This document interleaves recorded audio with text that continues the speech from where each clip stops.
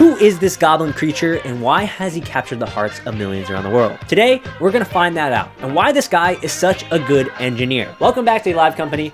My name is Matt. Today, we're gonna be talking about...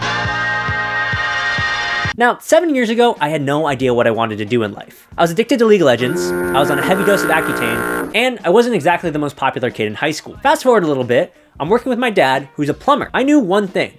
What my dad did was fun, and what he did was pretty much just helping people. My dad didn't want me to become a plumber though. He didn't want me to fix things that literally involved poop. Yes, being a plumber is a valuable skill. Yes, you can make a great career out of it, but he wanted me to focus my time and my energy on learning skills that required less of my back breaking and less of my lungs and everything being messed up. Now, figuring out a high value skill for a kid who just watches YouTube all day, that's pretty hard, right? I didn't want to get into cryptocurrency. I didn't want to get into stupid stuff. I wanted to learn an actual genuine skill. So what did I find? I found this guy on YouTube named Michael Reeves. And what he did all day was essentially made really stupid personal projects. And that to me was awesome. It didn't really make sense in the beginning though, because I thought engineering was something that only smart kids could do. But man, look how much fun Michael Reeves was having in his videos in the past. I mean, this guy would make tutorials that would actually make sense and actually teach me something, and it just seemed like he was having fun. And obviously, I don't know Michael. I don't know if these videos are really painful to make or they suck, but from what I can tell, it looks like he's having a lot of fun. I was like, I'm gonna become an engineer. I spent a lot of time making personal projects. I studied really hard and I just locked in. I was actually allowed to be in some of the classes with these UP people because, I expressed interest in engineering, or maybe I just got added into their classes by accident. Either way, I spent a lot of time learning engineering, and with the help of a lot of my high school teachers, a lot of friends who helped me along the way, I was able to become an engineer. And fast forward 4 years later, I'm now working full-time as a software engineer, even though I graduated as a biomedical engineer, but that's a story for another time. I originally wanted to get into engineering because it was fun, but now I'm in a position where I'm working a full-time job, and engineering is less fun, more like, I gotta do this because it's my job, and I gotta do really good in my job in order to succeed. I gotta move up the career ladder. I gotta find new opportunities. I gotta figure it out. And the emotions that I'm feeling, the position that I'm in is kind of hard. So I watched another Michael Reeves video about a week ago. He made a video that kind of inspired me because it was the same thing that I already made. Michael Reeves made a lowballing bot to lowball people on Facebook Marketplace. And I used ChatGPT. I just hooked up and set up a prompt with ChatGPT in order to make a Facebook negotiator. And it was like, it's almost like a counter exactly to his video.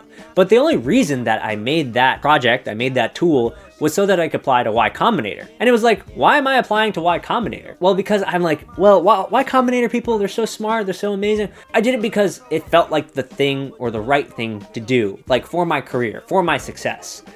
And it's like, damn, why do I feel this way? Why do I feel that sometimes with my software engineering, with the work I do, it's like not for the reason of my passion and like why I actually want to do it, but because I want to make my career better. I want to be successful.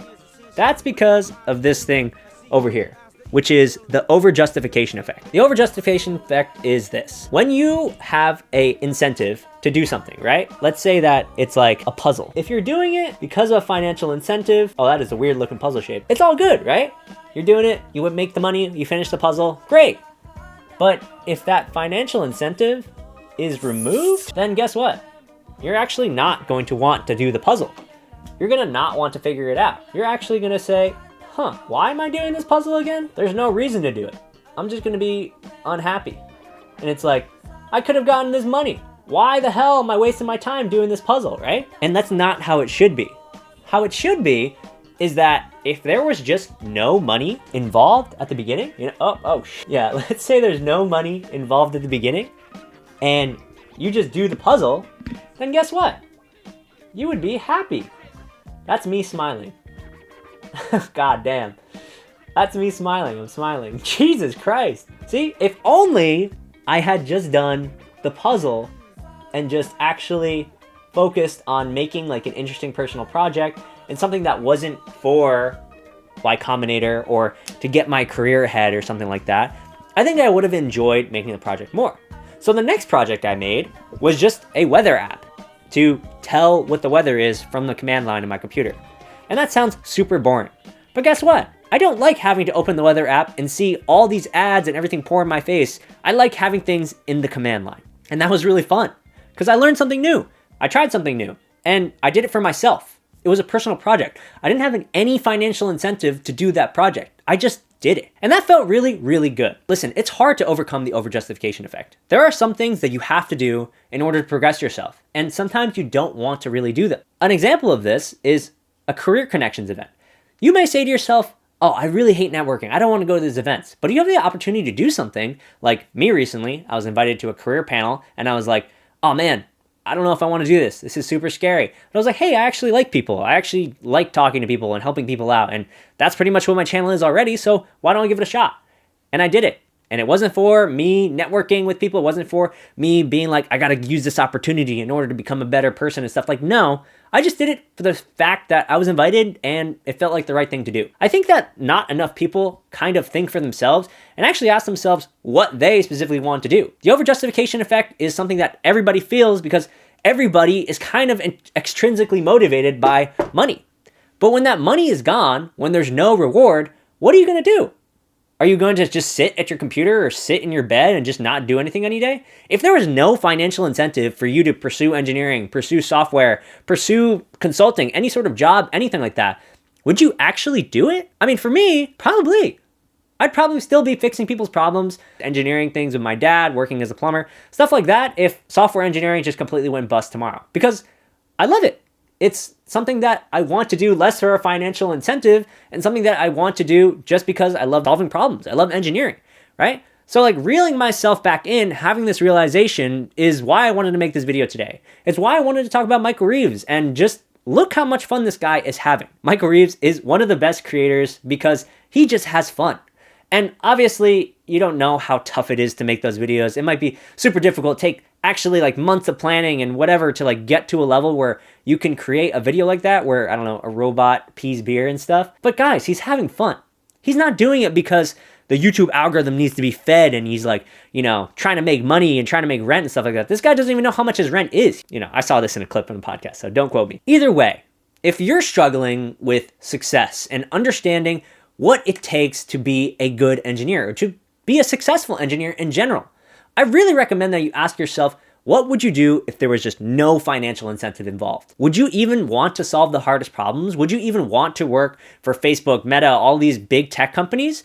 Or would you want to just make stuff and build things for people and have fun? People have responsibilities. People have things they need to do throughout their life. And it's not always fair and it's not always easy to pick exactly what you want to do. I'll give you a piece of advice though that's actionable. I really, really recommend to the people who say, oh, I don't know, I have enough time. I can't do it because, you know, I really got to focus on making the money. I got to focus on being successful.